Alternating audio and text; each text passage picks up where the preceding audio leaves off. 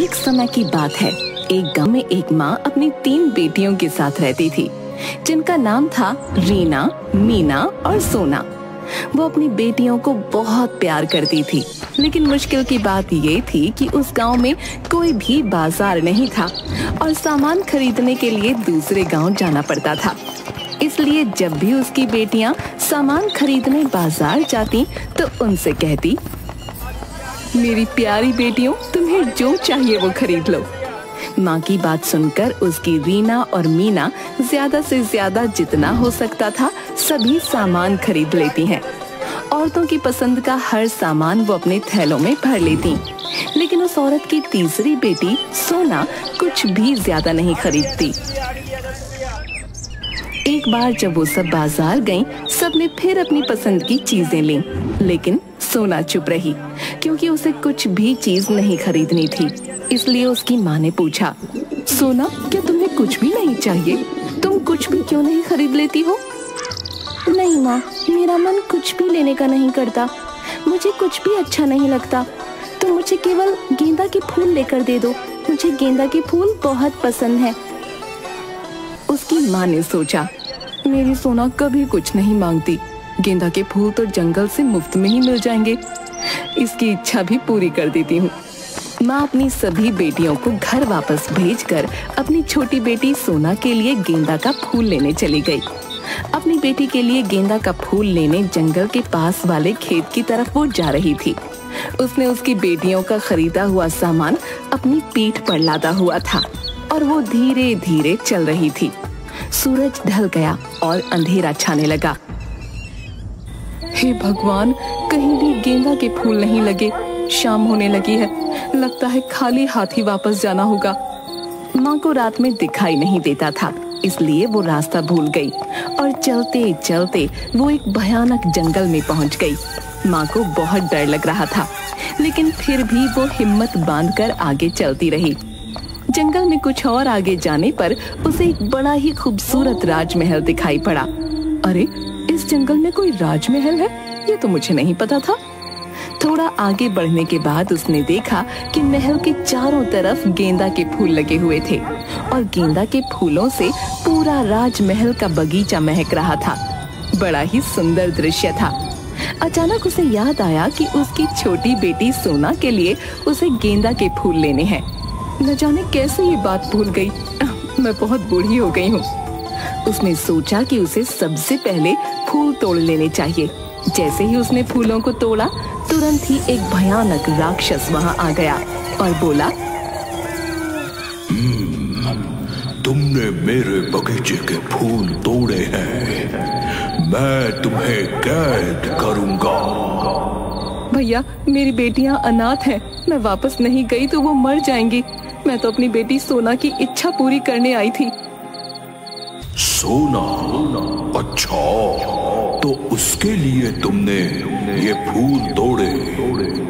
अब इन फूलों के बदले में तुम्हें अपनी बेटी सोना मुझे देनी होगी। लड़कियों की माँ बुरी तरह से डर गई।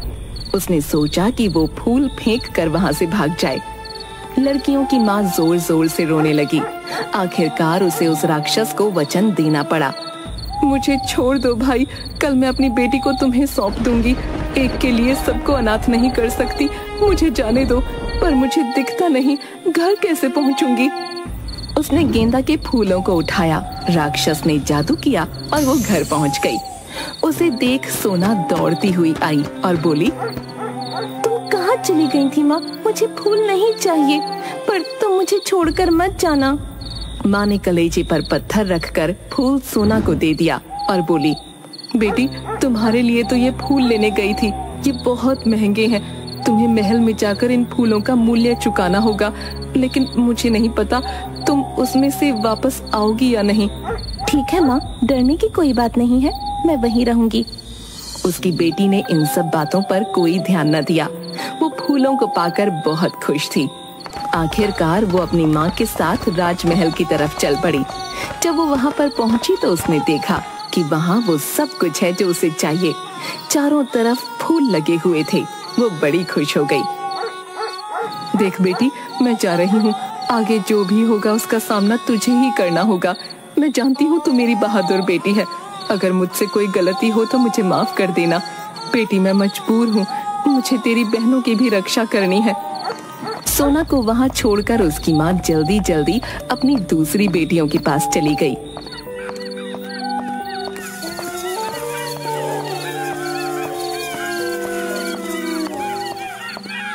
सोना चारों तरफ लगे गेंदा के फूलों को तोड़ने लगी और उनकी सुंदर सुंदर मालाएं बनाने लगी। फिर महल के अंदर जाकर उसने देखा महल में बहुत गंदगी है। हे भगवान, महल के बाहर इतने सुंदर फूल लगे हैं और महल के अंदर इतनी गंदगी। चलो मैं ही इस महल को साफ कर देती हूँ। माँ कहती है अब मुझे यहीं रहना है।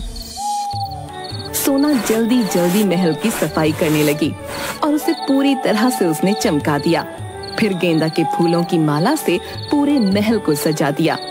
तभी अचानक भयानक राक्षस उसके सामने आ गया और बोला, मैं ही यहाँ का मालिक हूँ। तुम्हें मेरी सेवा करनी होगी, वरना मैं तुम्हारे पूरे परिवार को मार डालूंगा। नहीं नहीं, मैं तुम्हारी सेवा करूंगी, तुम किसी को मत मारना। ठीक है, मुझे तेज भूख लगी है, जाकर खाना बनाओ, मैं अभी आता हूँ। उसके बाद वो बाहर चला गया और 3 दिनों के बाद वापस आया। उसने आकर सोना से कहा, क्या मेरा भोजन तैयार है? चलो परोसो। सोना उसे दाल चावल खीर परोसती है। ये क्या है? ये क्या खिला दिया तुमने? मेरा तो स्वाद ही खराब हो गया। सोना राक्षस की खतरनाक आवाज सुनकर डरकर महल में बने मंदिर में चली जाती है। तभी राक्षस की नजर अपने महल पर पड़ती है। ये मेरा महल है? ये इतना साफ सुंदर फूलों से सजा हुआ।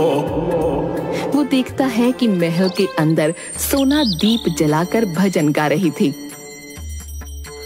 इसने तो मेरे महल की काया ही पलट दी। इसे इनाम देना होगा, पर कहीं ये इसी लालच में तो नहीं।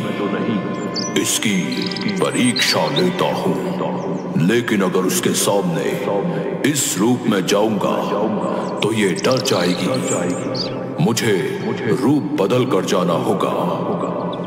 राक्षस एक जख्मी बकरी के रूप में बदल जाता है और महल में घुस आता है। अरे बकरी रानी, अच्छा हुआ तुम आ गई। दोनों मिलकर रहेंगे, अकेले तो मेरा दिल बिल्कुल नहीं लगता।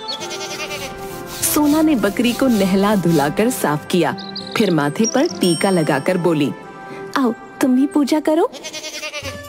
वो बाहर जाकर मिट्टी में लौटने लगता है। ओहो प्यारी सहेली, लगता है दर्द हो रहा है तुम्हें। कोई बात नहीं, अभी ठीक कर देती हूँ। गेंदा के रस में चंदन मिलाकर तुम्हारे पूरे बदन को चमका देती हूँ। सोना बहुत मेहनत से गेंदा का रस निकालकर चंदन का पेड़ ढूंढकर उसकी लकड़ी लाती है, उसे घिसकर घोल बनाती है और ऐसा करने में उसके हाथ जख्मी हो जाते हैं, पर वो बकरी को साफ सुथरा कर घोल लगा देती है। राक्षस को चंदन की महक से आराम मिलता है और वो सो जाता है। हे राम, इस बकरी के खर्राटे तो बड़े ही भयंकर हैं। मुझे इनसे डर लग रहा है। वो बकरी की नाक में गेंदा के फूल भर देती है। बकरी के रूप में राक्षस को तेज छींकें आती हैं और वो राक्षस के रूप में आ जाता है। हे राम, एक राक्षस गया तो दूसरा राक्षस आ गया। एक छींक से बकरी राक्षस बन गई। अब मैं इससे कैसे बचूं? वो भागकर गेंदा के बगीचे में छुप जाती है और सोचने लगती है, तैयारी तैया, एक छींक ने बकरी को राक्षस बना दिया। अब तो राक्षस से बचने के लिए मुझे भी छींकना होगा। शायद मैं भी कोई भयानक चुड़ैल बन जाऊं। इसका मुकाबला तो तभी कर सकते हैं। सोना ने अपनी नाक में गेंदे के फूल की डंडी डाली और जोर से छींकी। बहुत बढ़िया, अब डरने की कोई बात नहीं। अब इस बकरी राक्षस का काम तमाम करती हूँ। अरे ओ बकरी राक्षस, जरा सामने तो आ। मैं तुझसे डरने वाली नहीं। तुझे क्या लगा एक छींक में तू राक्षस बन सकती है? तो क्या मैं कोई चुड़ैल नहीं बन सकती? देख मैं क्या बन गई हूँ। राक्षस उसे देखकर हंसता है और कहता है, तुम अभी भी सोना ही हो। और सुनो, मैं बकरी नहीं हूँ, असली राक्षस हूँ। क्या तुम मुझसे शादी करोगी? मुझे तुम बहुत पसंद हो। मैं और राक्षस से शादी?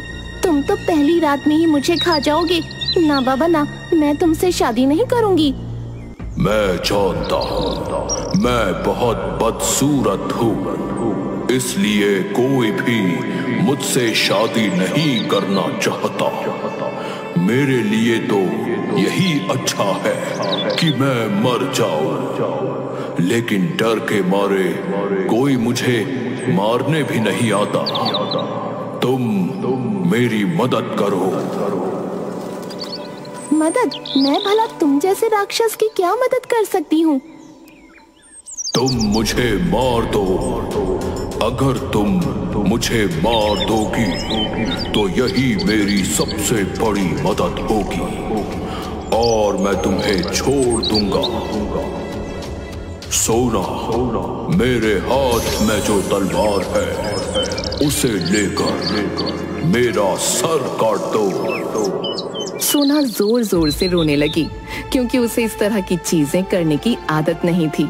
उसने कहा, मैं ये नहीं कर पाऊंगी।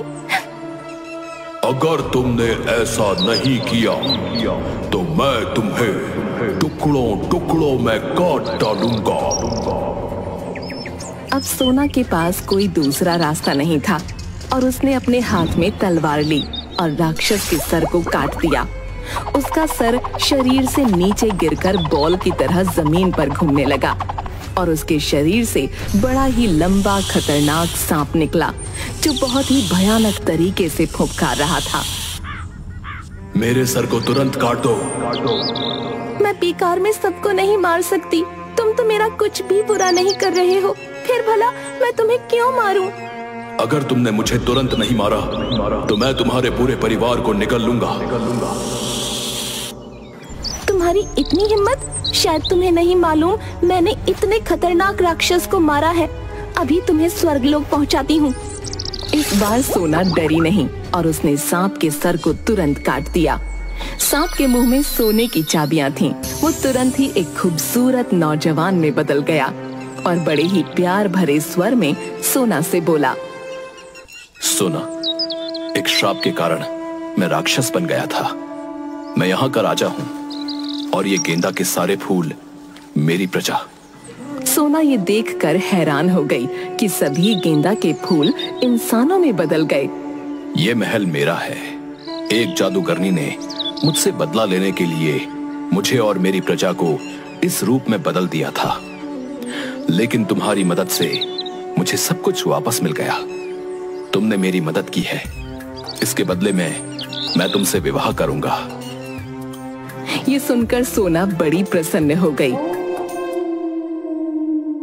कई दिनों के बाद महल में एक बहुत ही शानदार विवाह हुआ और सोना महल की महारानी बन गई। उसने अपनी माँ और अपनी बहनों को भी अपने पास ही बुला लिया और सब महल में अच्छा जीवन बिताने लगे।